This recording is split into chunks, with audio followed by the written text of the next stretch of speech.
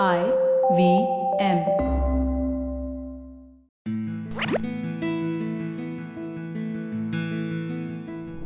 Hello and welcome to the Habit Coach podcast. I'm Ashdin Doctor, your habit coach, and today we have a very interesting topic. We're going to be doing a masterclass in EFT. And when I told my friend this, she said, "Wow, you're going to be talking about electronic fund transfer." And I was like, no, that is not what we're going to be talking about today. So we have somebody who's a master at understanding EFT. Join me in welcoming Brad Yates to the Habit Coach podcast. Brad, welcome to the Habit Coach podcast. What is EFT? Why are we talking about electronic fund transfer so early in the morning? Yeah, thank you so much, Ashton. Yes, well, it's very important to, use electronic systems now to transfer our funds. Not carrying cash with us anymore. It's just much simpler, and it's a really good habit to be. Yeah, it is frustrating at times that when we Google EFT, it most often comes up as electronic funds transfer. But the EFT that we're talking about is actually short for emotional freedom techniques. And a lot of us just call it tapping because simply it is a process of tapping with our fingertips on different places, primarily on our face and torso. And for anyone who's new to this, I know it looks a little strange, but there's a very good reason why we do it. So it's a very good habit to take on. Emotional freedom technique. But Brad, how did you get into this? Like, how did your journey to life come to emotional freedom technique? All over the internet. I actually started out as an actor. I had traveled the world doing theater and went to Hollywood to be a movie star, as one does. And when I got there, I met this woman, I fell in love, I got married, and when our first child was on the way, I thought, I might need a backup career.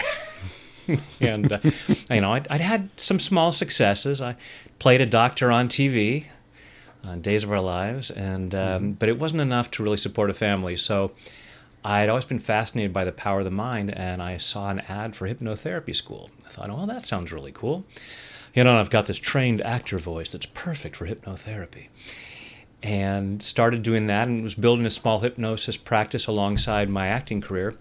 And then a couple years later, when our second child was on the way, I realized that as much as I loved acting, doing personal development work was really my calling. It's like, this is so much more satisfying for me personally. It's what I'm here to do.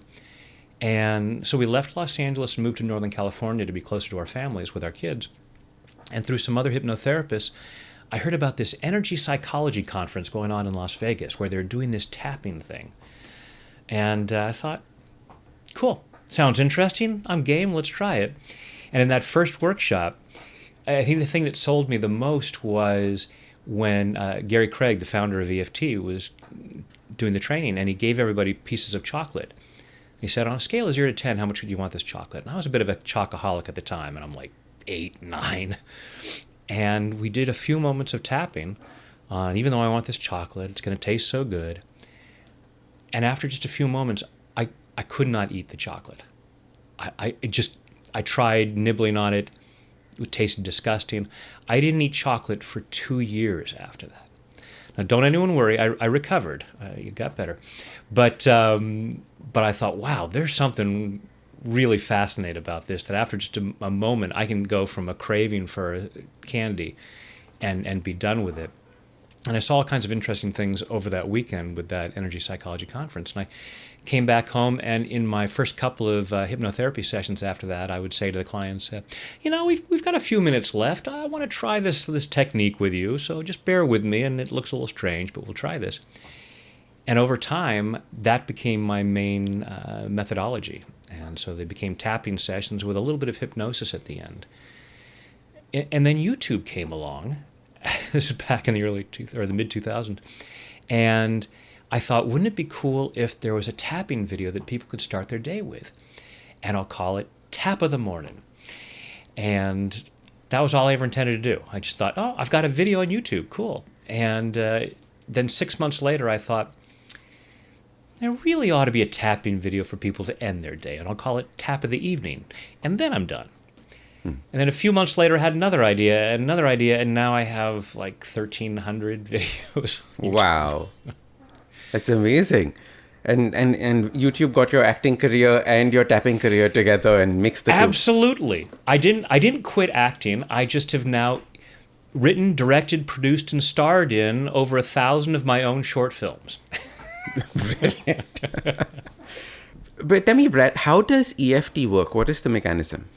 Yeah, so the basis of it, when it was first discovered by a psychologist named Roger Callahan, was he had been working with a woman with a water phobia, but had been exploring different ideas and was taking a class in acupressure. So acupressure, acupuncture, for thousands of years used in Chinese medicine, saying there's the flow of energy through the body along these pathways called meridians. And when this energy is flowing naturally, we experience our natural state of health and well-being, physically and emotionally. When this energy gets stuck for some reason, we don't feel so good, we don't think as clearly, and that has all kinds of unfortunate consequences for us. So in traditional Chinese medicine, the doctor would stick needles in these key points along these meridians to stimulate that healthy flow of energy. And now we're just using our fingertips to stimulate those same points. So it clears out the energy. We also have modern research validating this process. And so there's all kinds of things that are going on. It sends a calming signal to the amygdala, which is the fight or flight center in the brain. So it downregulates stress. So when, there's all kinds of things they're looking at, this phenomenon called piezoelectricity, which is when you are tapping on your skin, it sends this biochemical signal to the brain to help calm down the nervous system. So that's what's going on. So when we're feeling stressed out, this is just a very simple, quick way of calming that stress down. And when you consider that stress either causes or at least worsens most, if not all, of the things that bother us physically and emotionally, you can see why this simple technique can be so beneficial in so many areas, including personal development. Because when we're trying to make changes, we say, I want to be richer, I want to be healthier, I want to do this, I want to do that. The amygdala is saying, ooh, that's change. Change is not safe. And we have a stress response, and it may be so subtle that we don't know it. We just don't know why we're still eating sweets, or why we're still not getting to bed on time, or we're still not getting active, or whatever it might be. We're not making those phone calls. And so it's like, because there's this stress response saying it's not safe to be more successful in this area of life, so we're just going to keep you in your comfort zone. And with the tapping, we can calm down that stress response and say, you know what, it's actually okay for me to thrive. It's a very interesting space because, like, I love what you said, the piezoelectric currents that come from tapping. Piezoelectricity is basically electricity formed from movement, and as human beings, we are all piezoelectric beings, which you don't realize. And like you said, you can talk about, am I worthy of money? You can talk about emotional freedom. What is the range of things that EFT helps with? The question's coming from this, which is that, does it help with a shoulder pain? Does it help with manifestation? Does it help with emotions? What does it contain? So one of the catchphrases in EFT is, try it on everything. Okay. Because virtually anything that we want to change, and because the meridian system affects all these different things, and stress affects all these different things. So shoulder pain, a large percent of physical pain that we feel is caused by stress. So if we calm that down, we experience a lot of relief. And even with physical issues that we may not be able to change with tapping, and there have been some really remarkable things done with all kinds of different physical issues. But there's also an emotional component to that. So I have this shoulder pain. Not only is it painful, but I'm angry about that. I'm frustrated. I may feel guilty about what I'm not able to do. I'm not able to help out around the house because I can't lift anything. So I have all these other emotions going on with the physical pain. It's like, even if I can't reduce that physical pain, I can at least feel more peace and have a better quality of life, even if that physical symptom doesn't change. But because of the body-mind connection, as we clear things emotionally, physical things get better. So I can be tapping with someone on this argument that they had with their friend, and I'm tapping along. It's like, yeah, okay, I feel much better about that. And you know what? My shoulder was bothering me, and it feels a lot looser now. Or vice versa, if someone says, oh, my shoulder's bothering me, and we tap on, even though my shoulder's bothering me, and we tap through that, and they go, yeah, that feels looser. And also, I was really bothered about this argument that I had with a friend, and I feel okay about it. So we can approach things from different angles. It's interesting. But what are the big buckets that people say that, oh, I have this, let me try this. Like I have a mental block on something, let me try this. So what are the things that you've seen work very well? Oh, geez, Ashdin. I have, like I said, I've got over 1,000 videos on all kinds of subjects. So I have worked with people on relationship issues, trying to feel more secure going out on dates or asking people on dates, or clearing up pain over a breakup. I have worked with people on getting in better physical shape. I've worked with people on all kinds of success issues, especially money issues, because, as you said earlier, I'm not worthy of money, because that's a huge thing. One of the biggest blocks that we experience as human beings is this belief of I'm not good enough, I'm not worthy. And so we stop ourselves from creating a reality that we don't think we're worthy of. If I'm not worthy of that job, I'm not really going to apply myself. I might show up, I might get myself there, but I'm going to fail at the interview because part of me is saying I shouldn't get this. So as we clear up those misunderstandings, because we are all worthy and deserving of the best this world has to offer. We are magnificent children of the universe. Our past does not define us. We're not defined by our past circumstances. So we can't say, I'm unworthy because of this thing that I did when I was 5. It's like, no, I was worthy before that, but may have been doubts about my worthiness that caused me to do that thing that I did. Our behavior is caused by how we've been defining ourselves, but we are not truly defined by our behavior. And right. It comes from misidentifying who we are. So that's underlying most of the things that I work with people on, is clearing up this misunderstanding about not being worthy. And has science been able to use any tools to validate how does EFT work, etc.? Have experiments happened on EFT? Absolutely. We have a growing body of research. My friend Dr. Peter Stapleton, who is a professor of psychology at Bond University in Australia, is one of the lead researchers. And she has, so with the APA, the American Psychological Association, they have their standards of what is evidence-based. And PETA actually met all of that criteria. And then they said, we're reevaluating what our criteria is. And at that time, EFT was, I think, the only other modality besides CBT that had met the criteria. So she has done studies with chemical studies. Like, she replicated a study done by another friend of mine, Dr. Dawson Church, about cortisol. So cortisol and adrenaline are the two main stress hormones.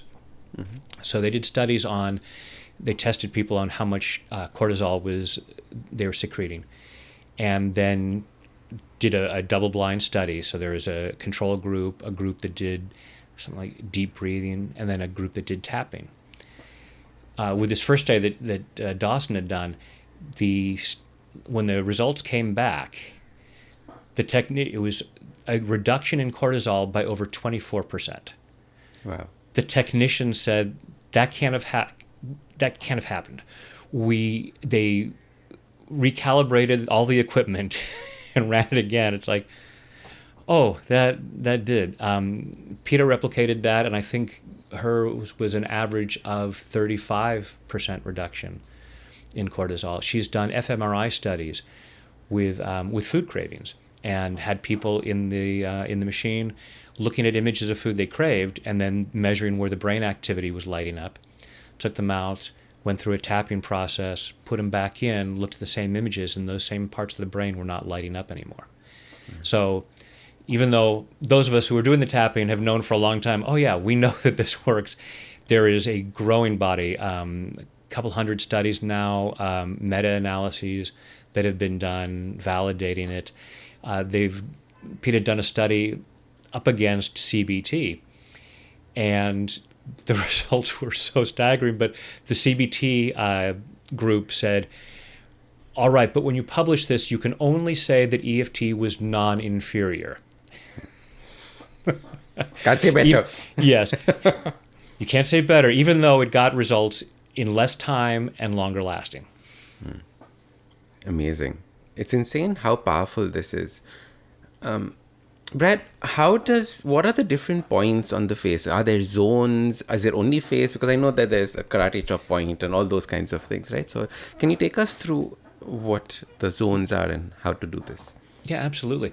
So if you've ever looked at a map of the acupuncture system, the meridians run up and down, and there's hundreds of points all around the body. So we're using 8 major points plus this point on the side of the hand.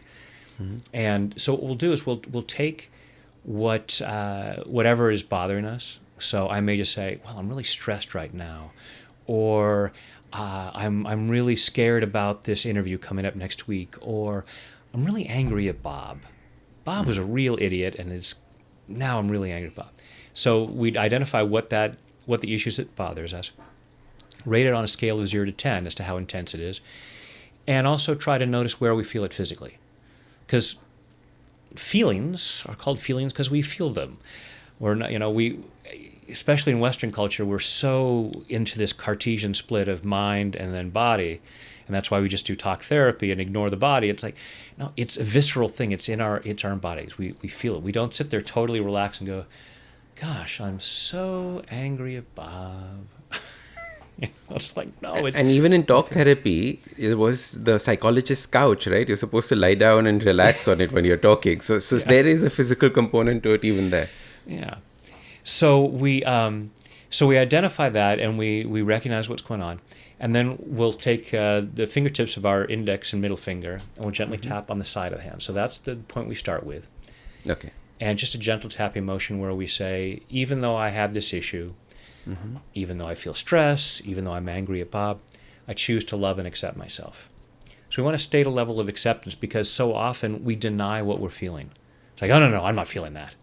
And what we resist persists. So we want to make a statement of self-acceptance. Even though I'm feeling this, I choose to love and accept myself. We'll say that 3 times. First point we tap is right here at the beginning of the eyebrow on either side.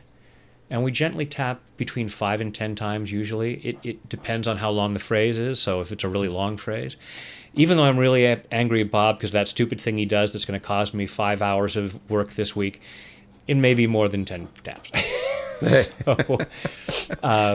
So we gently tap there, and then we move to follow the eyebrow out to the corner of the eye and gently tap. And it's the same statement that you're saying over and over. In the basic version of EFT, and we'll have some fun with it later, the way I like to do it.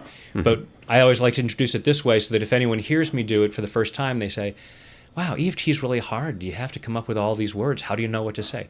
Don't worry about it. What is the right statement to make? Yeah. You can say, if you're really stressed out, you don't have to say anything because your body already knows.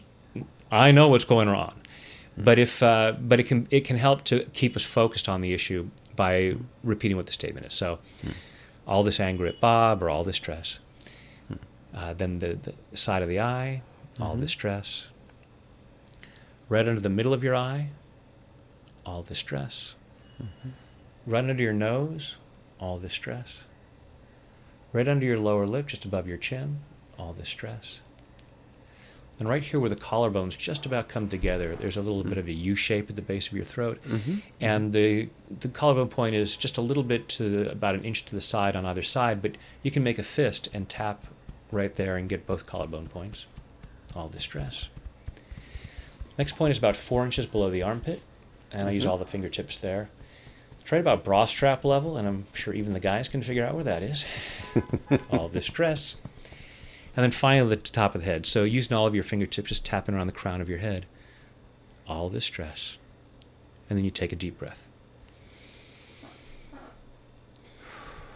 And then you check in and, okay, so how stressed out do I feel now? And if it was at an 8 before, sometimes it'll go from an 8 to a 0 like that. It happens. Not as often as we'd like, but it does, happen with some frequency. Sometimes it'll just go from an 8 to a 7.75.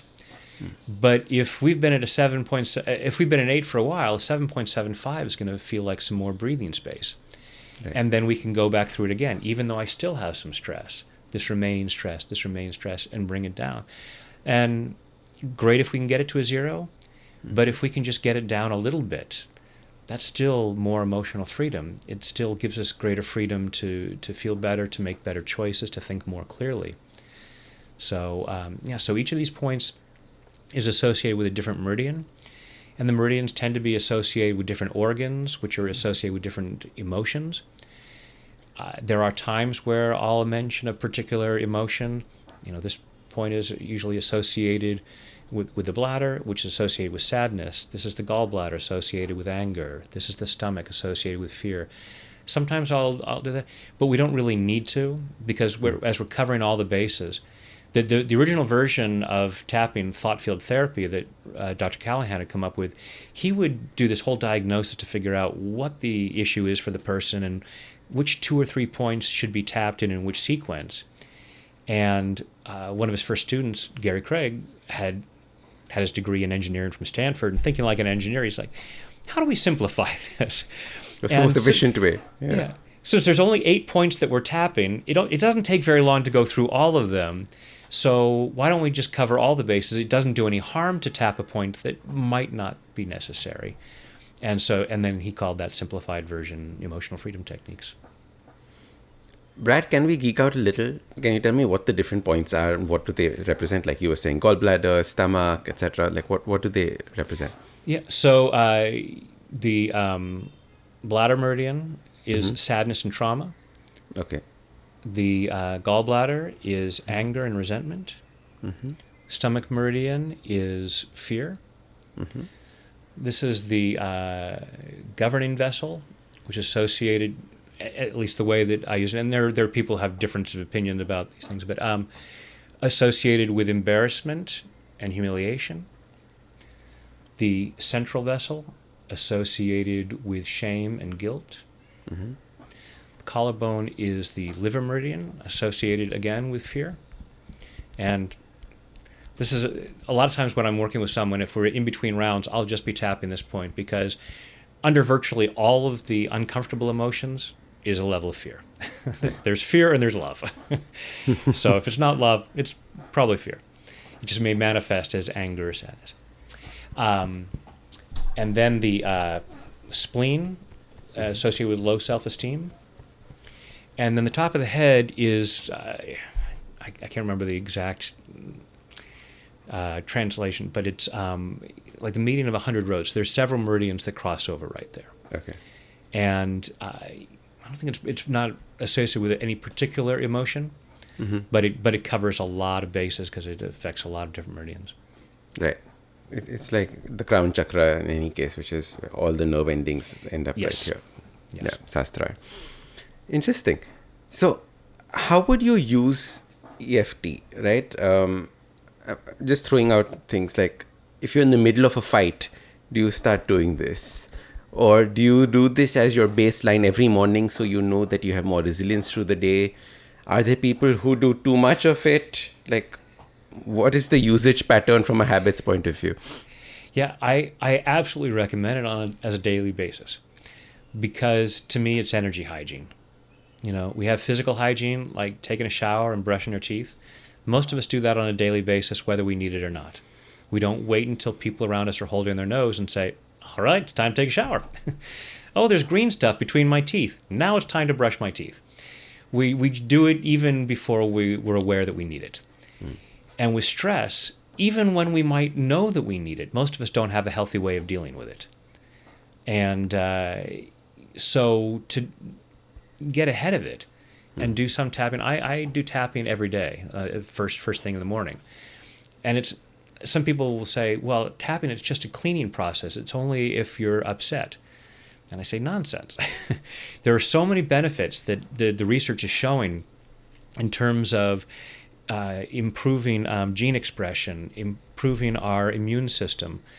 And even if we're not aware of stress, all of us are carrying some ambient level of stress, especially because most of us are walking around with one of these things that's constantly saying, here's something else to be upset about. But we have no way of dealing with that, most of us.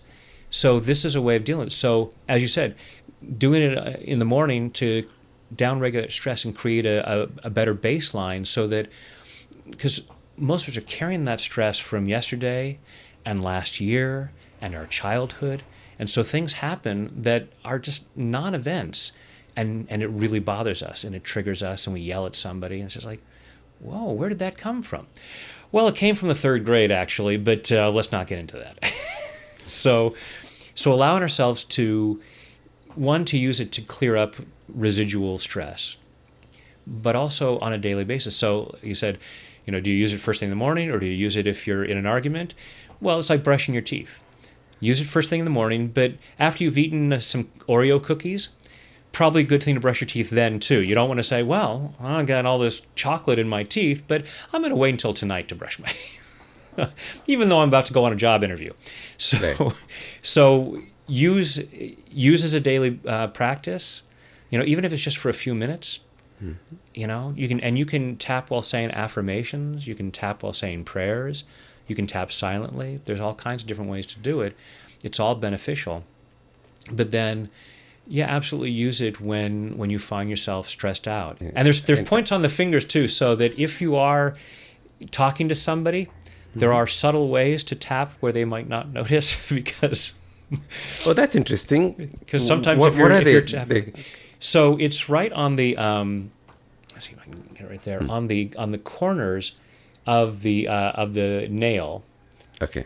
On the outside, and so on each of the fingers, on the corner of the nail closest to the thumb. So if you tap right there, and it's been so long since I've used these, I'm afraid I don't remember exactly which meridians and organs they go to. But again, just any point you're tapping is going to be helpful for your overall system and sending these calming signals to the brain. So, it's nice to be able to just kind of subtly do that. And there are other subtle ways to do it. You can also just hold your fingers against a point and just breathe. It's so interesting. In we have these mudra points as well, right? Like in Ayurveda, and where you do this for, which is called Jnana Mudra, which is for intelligence and knowledge, etc. So I think there are so many overlaps with these different meridians, traditional. Because that's how the body was designed, with this brilliant systems, and just different cultures have found different ways of, pardon the pun, tapping into that. Correct. So, absolutely. And, the Eastern cultures have a much richer history of using the body's natural systems. And, there are definitely people in Western medicine who are going, there might be something. We need to discover this. Yeah. So there was a very interesting video that popped up a while back on them actually identifying the meridian lines. Have you seen that one where they injected a dye and followed the dye through the premovascular system? Yes. There's a South Korean doctor back in the 80s. I'm not sure. My friend Peta had recently did a thing about this. And his research was shelved for a while, and just more recently, just in the last couple of years, they've dug it back out, and they've found that in these pathways in the fascia match up very, very closely with the traditional acupuncture lines. And at this point, they said that the transmitter seems to be collagen that's passing through and sending these signals the calming signals to the brain. Again, there are a number of theories about what's going on, but it is very, very exciting to go, hey, guess what? They weren't wrong 5,000 years ago. We actually have research. Modern science can show, oh, hey, what do you know? Those pathways are there. And it's so interesting how stagnation is something that is so critical in our modern life, right? We're constantly sitting, we're not moving. And it is stagnation that is also causing these meridian lines not to flow. Like you're saying, you have to tap into them, you have to move them in some format or the other. I want to understand this one part, which is that when you're doing the tapping, what are the rules of the things that you can say or can't say? So what I mean by this is, like in manifestation, they say that don't say that I will be like this, say I have this. Don't use negative language, use positive language. Like, so what are the rules of the words that you can use, the sentences you can use? Yeah. I've never been big on rules. I because when we're tapping, we're clearing the energy system, so we can get away with saying a lot of stuff. And when I'll first show some people EFT, and we'll say, even though I'm feeling stressed, they'll go, whoa, whoa, whoa, stop right there. You can't say stress. You have to talk about the positive. I'm feeling great. I'm feeling peaceful. What you resist persists. If you break your leg, you don't go to the doctor and say, let's talk about my arm. My arm feels so good. If your dog poops on your living room carpet, you don't say, I'm going to notice how clean my carpet is everywhere else. Because one, you're kidding yourself, because a big part of your brain is really focused on dog poop. Two, you're going to step in it and spread it around. So it's not a matter of, when we're talking about the negative, it's not a matter of sitting there and just, oh, I'm so miserable. It's a matter of addressing it and cleaning it up. So we're not just sitting on the couch going, oh, my dog pooped on the carpet. I'm just, woe is me. It's so upsetting. We go, oh, there it is. Let me scoop it up. And now it's gone. And now I can move on. So we want to address what's there. Now, some people will say, because of that, you should only use the negative with EFT. And I like to use positive phrasing at times, because here's the thing is, if we're saying an affirmation, like if I'm saying, I am wealthy, the 5 to 10% of my conscious mind might say, that's fun to say. The other 90 to 95% is going to go, who are you kidding? You are so far in debt, and I'm going to feel that in my energy system. So what I'm actually putting, so in terms of manifesting law of attraction, the vibration I'm putting out there is not one of wealth. The words that I'm saying, but the energy I'm putting out is not that. But if I tap along while I'm saying, I'm wealthy, and I calm down the stress response, then I will start to recognize, in so many ways I am wealthy. I've got the sun and the moon and the stars. I have fresh air to breathe. There are blessings I can count, and we can start to recognize that it's not a complete lie, and I can identify that. And when I can identify where I'm wealthy, then I'm sending out that positive wealth vibration.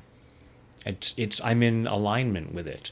So we're clearing out that stuff that blocks us from being in alignment with it. So I'll say to folks, whatever comes up, we start with the basic of this stress, and then whatever comes up. And what often happens when we're tapping is it's like peeling the layers of the onion.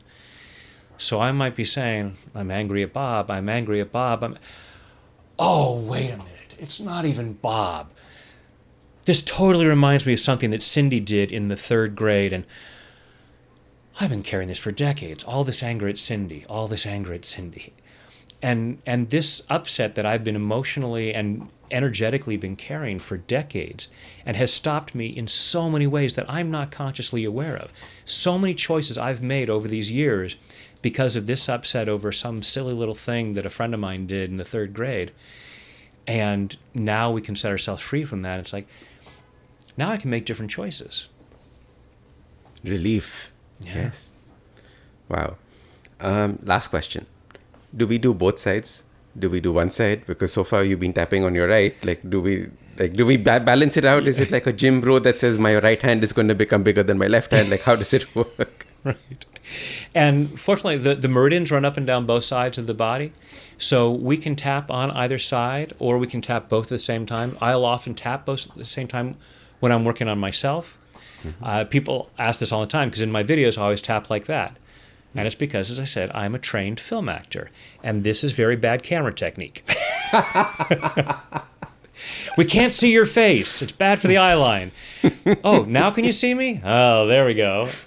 Because you notice in movies, when there's like blinding light. I was watching a movie today, and there's this blinding light, and everybody has sunglasses except for the 2 stars.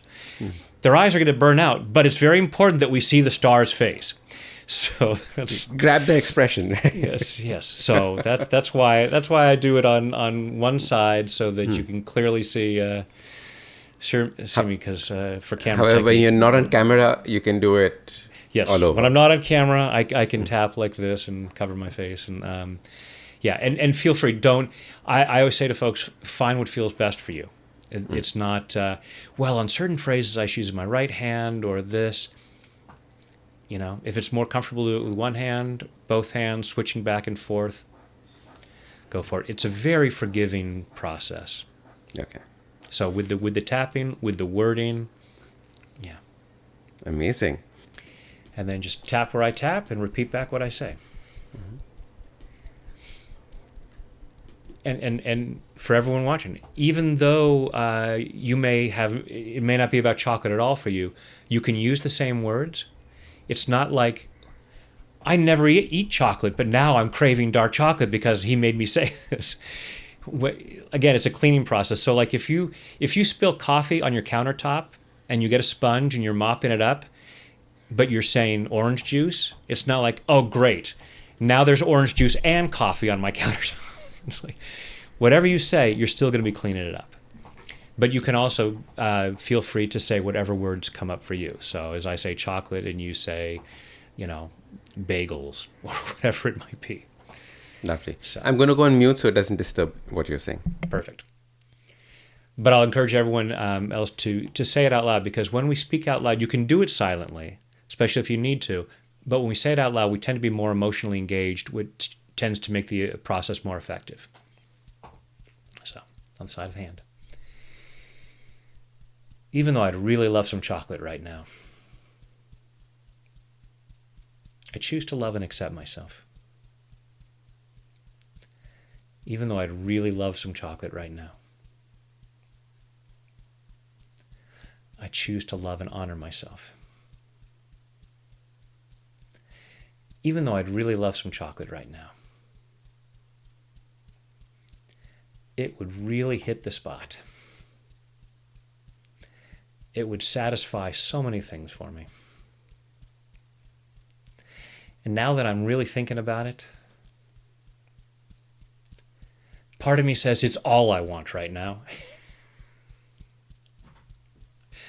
And I might just shut down this recording and go get some.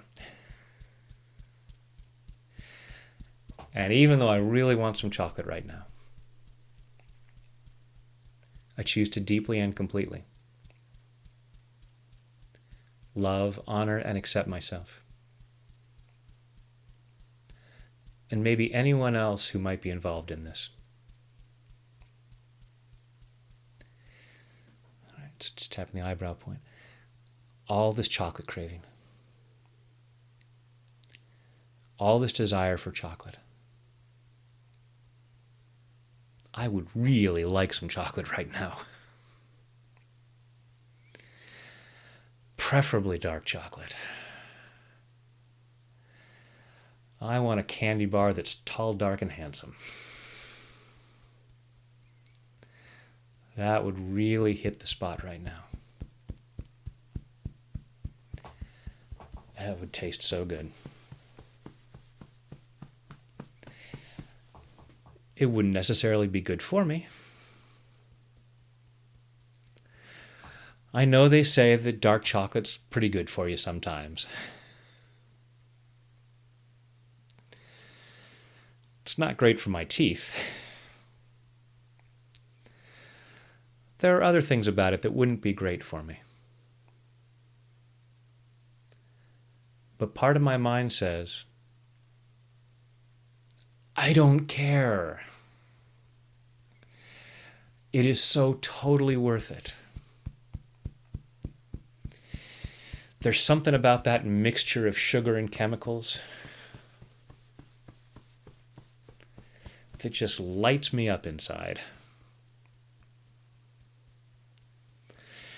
And I'm totally fine with that lack of control.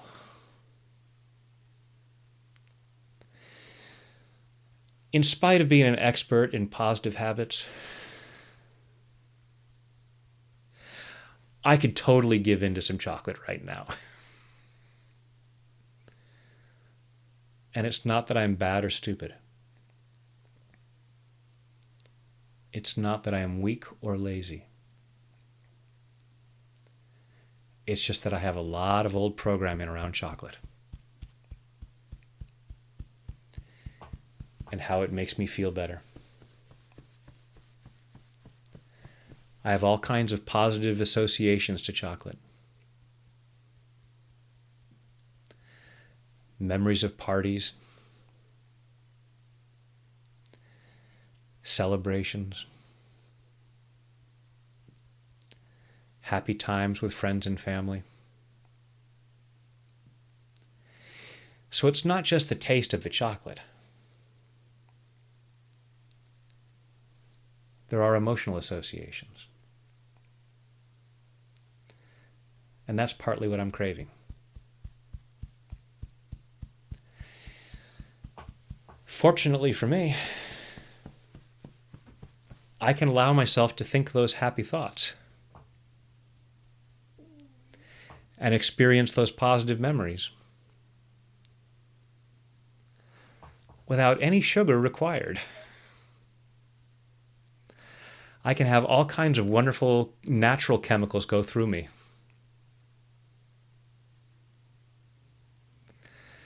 Without putting unhealthy chemicals in my body.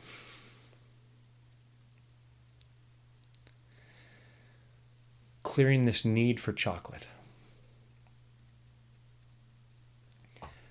Clearing this need to do that to myself. I can find all kinds of healthy alternatives that can be at least as satisfying with none of the guilt and regret. I'm allowing myself to feel better right now. Clearing any need for that chocolate. Clearing any craving for that. Allowing myself to feel peace right now.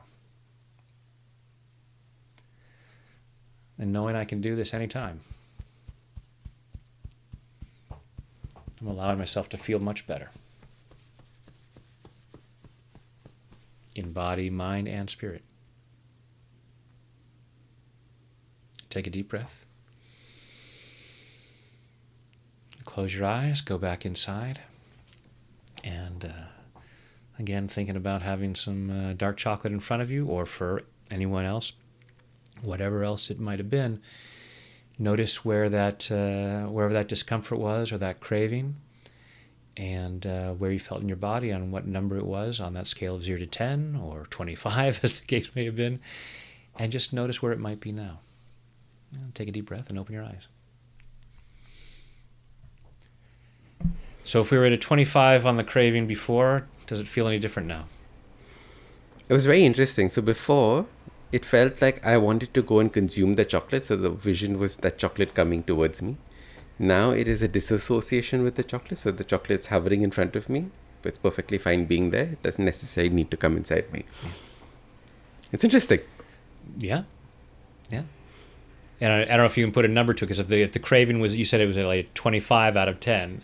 It's about probably 2 right now. A 2. Nicely done. And at a 2, you can resist it. Correct. You know, it's like, hey, I don't need this right now.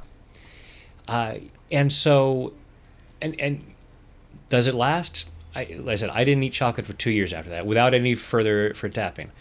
And there have been times to come back and I'll have some chocolate and then I'll do some tapping again, and I'll go, months, years sometimes without eating any sweets. There may be moments where, really stressful moments. I worked with a guy on smoking, and we, cleared it to where he's like, I couldn't even imagine smoking a cigarette. And then he ran a trucking company, and he went to a site of one of his truckers had been in an accident, and there was a lot of damage.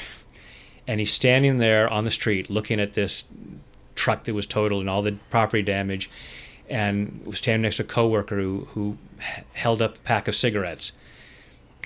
Just in that moment of, oh my God, there was just no thought, and he just took the cigarette.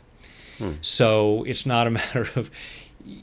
So we never want to. This is why, people talk about clearing addictions, and I'll say yes, we can clear the craving. I'm never going to say to somebody, "Oh, you were craving alcohol at a 10 out of 10 right now, and we got it down to a 0, and you can't even imagine having a drink right now. Your alcohol problem is cured." There are people out there who would say that. I will never say that because addiction is cunning, baffling, and powerful. And I would never be the person who's going to say, you never have to worry about that again, because then it's on me if they don't take precautions. I'm a big proponent of 12-step programs, just to have that kind of community that's supporting you in recovery. Even if you never have a craving again, awesome. But your life is too important to tempt fate. But that being said, it may be, you may not have dark chocolate again. You may walk down the sweet aisle and go, no, that's a habit that I'm happy to be done with because my health is important to me and there's nothing that I'm missing. Right. My body does not require that. There's nothing that's being taken out of my well-being from that. So, and for anyone else who's going through that, if your number didn't come down as much as you'd like, just allow yourself to be aware of any, like I said, the peeling layers of the onion. Notice any thoughts or memories that might have come up. It's like, wow, yeah, I still feel some tension. I still feel some stress, but I have a clearer picture of what's bothering me. And then you can do additional tapping on that. It's like, in Harry Potter, when they see the Dementors and Professor Lupin says, here, have some chocolate, it'll make you feel better. And it's like, yes, chocolate makes me feel better. And so you might be tapping along and go, yes, I just have that in my head that chocolate makes me feel better. Then you go, even though I'm convinced that chocolate makes me feel better, because a fictional character said this, because of these fictional things called Dementors. You go through and it's like, all right, now it's like, it's funny. It's just like, oh yeah, he could have said anything in that. So, too bad he didn't say, here, have some broccoli, it'll make you feel better. Darn it, J.K. Rowling, why couldn't you have been a proponent of healthier eating? It's so funny. And so something like this, how often would I need to do? Is it like, now that it's done? Do I do this 3 times a day? Yeah. Do I do this? Like, what is the process? Yeah, as needed. Again, it could be done. Time will tell. With certain things, there are things that we clear with tapping, and it's gone. And, in one session. Yeah, in one session. Sometimes in a matter of minutes. That's one of the problems with EFT is because it can be so profound and so quick. People have that expectation. So, someone might watch one of my tapping videos and go through and go, I don't feel any different. Tapping doesn't work. That's like taking vitamins and saying, I don't feel any different. Vitamins don't work. If it had to... Because I challenge anybody who takes vitamins on a regular basis. Have you ever noticed the difference when you took that vitamin in that moment? It's like doing 3 sit-ups and going, yeah, I don't have a rock-hard 6-pack. Obviously, sit-ups don't work. So there are cumulative benefits to doing over and over again. You may not have to do the same tapping on chocolate craving or whatever it is. If you're feeling that's not an issue for me at the moment, great, tap on other things. Tap on other things that are bothering you, or just tap on positive things. I am so happy and grateful that money comes to me in ever-increasing quantities. I'm so happy and grateful that this is my reality, that I'm finding so many blessings. I see beauty every day. And your body will know. It's not like your body's going to go, you're not talking about the problem, so we're not going to clear that. Your energy, it's like, no, your body's going to be calming down. When there is something that we're aware of that's bothering us, great. The more specific we can be, the more we can focus on that, much better. But any tapping we're doing, the science is there showing it's beneficial whether you're noticing it or not. Fantastic. Last question. Well, like I lied. Last two questions. One is Last where can 15 people questions, but that's it. where Even can though Ashton people has find more out? and more questions. I still choose to honor and love Ashdin. And I do. But please. I was going to ask, where can people learn more about tapping and EFT, etc.? Yeah, thanks. The easiest way for folks watching this, go to my website, tapwithbrad.com. And there's all kinds of resources on there, all kinds of information about EFT, links to the research. I have links to PETA's website. I have links to Dawson's website. I have links to the Association for Comprehensive Energy Psychology.